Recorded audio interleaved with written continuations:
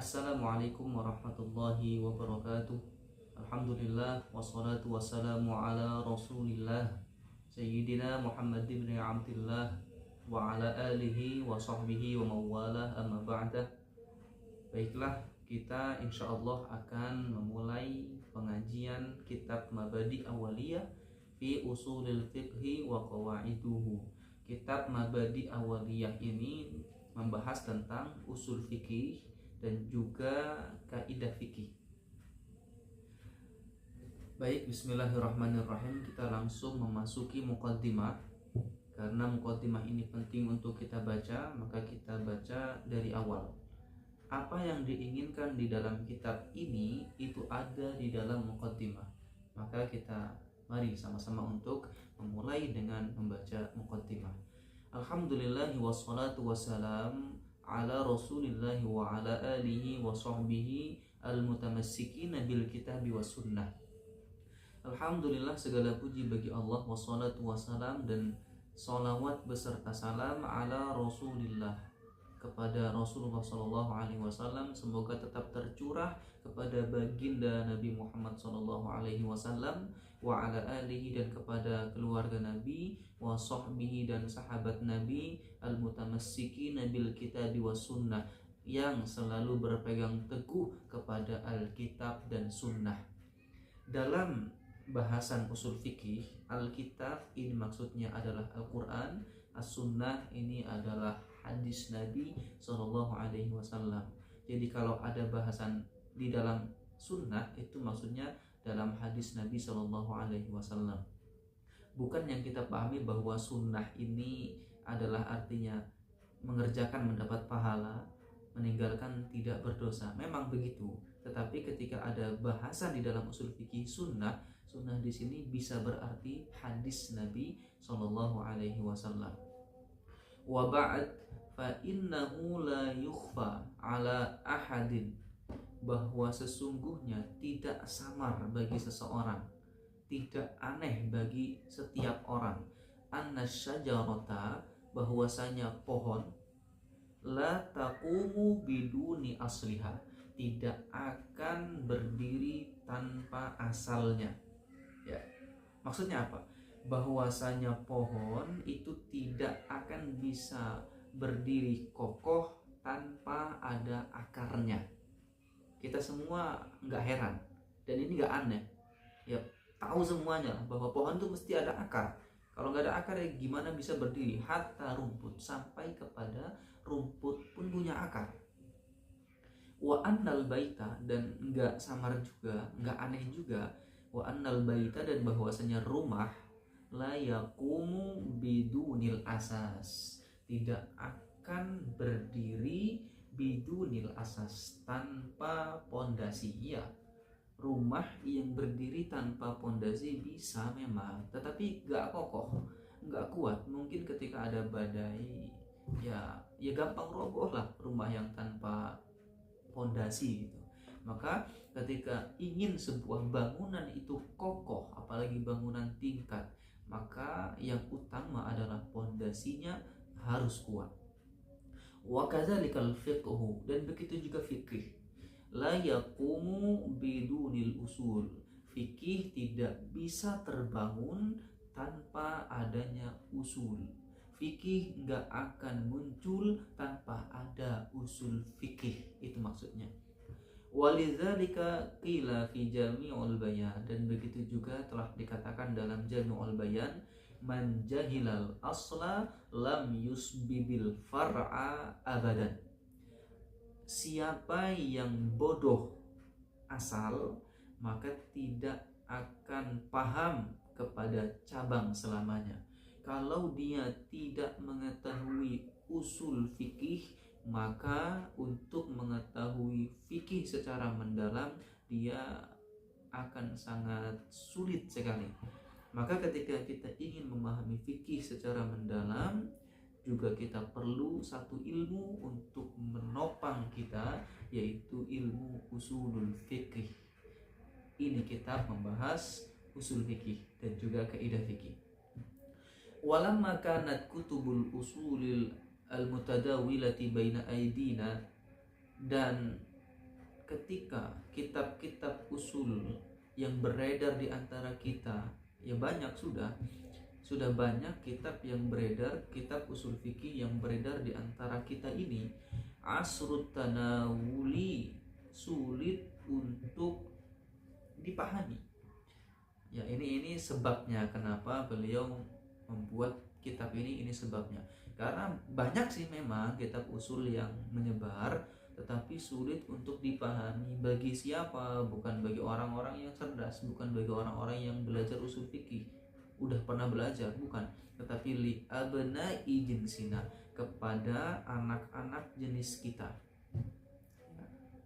Apalagi sekarang kan, ini zaman beliau ke zaman sekarang sudah jaraknya berapa puluh tahun dari penulis, bahkan mungkin berapa ratus tahun. Itu sudah sulit memahami kitab-kitab yang dulu itu. Kan kitab yang beredar itu sudah lama, ratusan tahun yang lalu, beratus-ratus tahun, mungkin bahkan berapa abad yang lalu.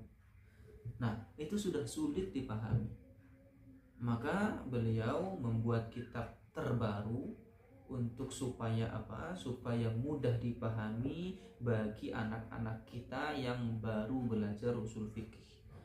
Ba'duha li su'ubati ibaratiha. Kenapa susah dipahami kitab-kitab terdahulu? Karena sebagian dari kitab itu sulit ibarahnya, kalimat-kalimatnya itu sulit. Ya, namanya bahasa zaman dulu dengan bahasa zaman kekinian kan sudah mulai berbeda. Maka karena bahasa dulu itu sulitlah dipahaminya, sulit. Wa ba'duha li'adami ityanil amsilah, dan sebagiannya karena nggak ada contoh yang ditampilkan, nggak ada contohnya, ya cuman kaidah aja sudah, contohnya nggak ada. Nah ini kan juga kalau sekarang ini sulit dipahami, harus ada contoh. Zaman sekarang apalagi zaman kita ini ya harus banyakin contoh. Saya penelitian waktu S2 membuat buku Nahwu Shorof itu pun harus dibanyakin contoh, harus 10 contoh, banyak banget. Kenapa? Karena memang murid-murid kita zaman sekarang itu sulit memahami kalau tidak ada contoh. Beda dengan para santri, para pelajar di zaman dulu. Karena dulu ada ungkapan ulama begini, al-istighali bil amsila laisa min sya'nir rijal. Maaf, salah. Al-istighal bil misal laisa min sya'nir rijal. Begitu. Sibuk dengan contoh itu tidak mencerminkan kejantanan, artinya. Zaman dulu ada kaidah begitu, bukan kaidahnya, ada qaul lah, ada quotes begitu, bahwasanya kalau buat kitab kok sibuk nulis contoh, nyari contoh, itu nggak jantan, itu nggak gentle, kitabnya nggak gentle gitu loh. Ini sebuah pembalikan lah kalau sekarang. Dulu kalau sibuk dengan contoh, ini ciri orang bodoh lah, enaknya begitu. Kalau sibuk dengan contoh, ciri orang bodoh. Ya, maka kitab-kitab zaman dahulu hanya dikasih kaidah saja, paling contoh satu tok udah. Kadang nggak ada contoh, ya cari sendiri contohnya. Itu kan supaya analisis pemikirannya itu bagus, dia bisa membuat contoh sendiri.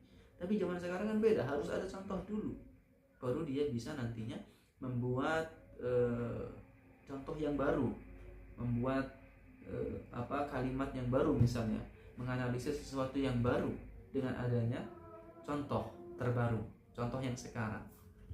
Maka sudah beda zaman, tidak bisa juga disalahkan, dan ini menjadi alasan pun boleh, hanya menjadi alasan, artinya tidak menyalahkan zaman dulu itu salah loh nulis kitab nggak ada contohnya. Yang enggak, zaman dulu beda dengan zaman sekarang. Zaman dulu lebih top kitab tanpa contoh, zaman sekarang yang ngetop itu kitab yang banyak contohnya. Beda zaman, maka tidak bisa disalahkan. Dan ini juga cocok karena menjadi alasan kenapa kitab zaman dulu sedikit contoh, bahkan gak ada contoh. Kitab sekarang harus banyak contoh. Kenapa? Anak-anak sekarang tidak kayak anak-anak yang zaman dahulu. Li'anna hifdzal qawaidi, karena sesungguhnya menghafal kaidah ma'a adamil ilmi bi amsilatiha, dengan tanpa adanya pengetahuan tentang contoh-contohnya, la yujda naf'an, tidak ada manfaat. Ini menurut beliau ya, penulis. Artinya ya subjektif lah, menurut pandangan beliau begitu. Wa yu'addi ila tadyi'il waqti, dan menunjukkan kepada buang-buang waktu.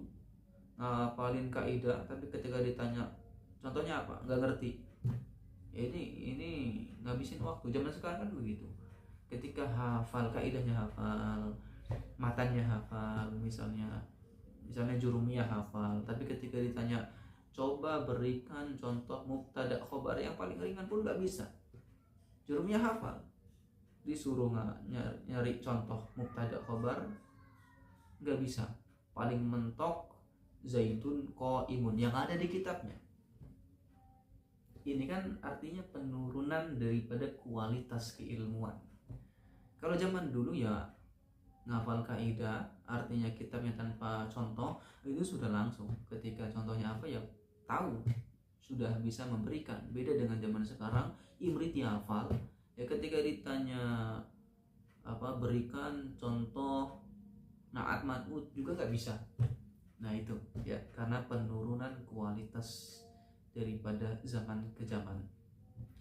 Waratibnahu ala salasati ajza, dan kami menyusunnya kepada 3 bagian. Kenapa bahasanya kami, padahal yang menuliskan satu? Ya ini hanya mu'azzam nafsah. Ya, dia tidak menginginkan menyebutkan saya. Artinya kan kalau menyebutkan saya warotibtu misalnya, dan saya menulis, itu kan seperti ada kesan agak menyombongkan diri. Walaupun ya ini hak dia, karena telah menulis kitab, mau menuliskan saya telah menulis juga tidak masalah, nggak masalah sih. Cuman mungkin ada kesan kesombongan, karena aku loh, ini loh saya loh. Maka dengan kami, bahasanya kami, sebenarnya satu yang nulis, hanya mu'azzam nafsah. Al-juz'ul awal samainahu mabadi awaliyah. Juz pertama kami namai dengan mabadi awaliyah. Ini kitab yang akan kita bahas. Insyaallah kita berdoa semoga bisa sampai khatam. Wasani samainahu as-sulam.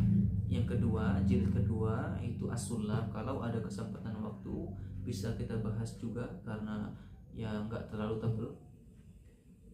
Wasalisu samainahu al-bayan, dan yang ketiga dinamakan dengan al-bayan. Ini kitab ini lumayan agak tebal juga. Ya kalau ada kesempatan bisa, kalau tidak ya 2 mabadi awaliyah dengan as-sulam ini juga sudah insyaallah mencukupi untuk kita punya dasar daripada usul fikih wa qawaidu. Wa yunqasimul juz'ul awal ila qismain, dan membagi dan dibagi juz pertama itu kepada 2 bagian.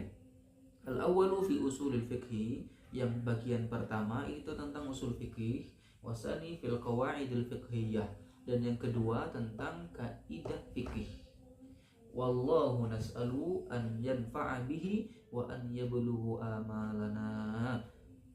Kami memohon kepada Allah Subhanahu wa taala semoga kitab ini bermanfaat dan bisa menyampaikan kepada apa yang kita cita-citakan. Tanbih, ada sebuah catatan yang penting untuk kita semua. Yudrikuz zakiyyu binazirin wahidin ma la yudrikul ghabiyyu bi alfi syahidin.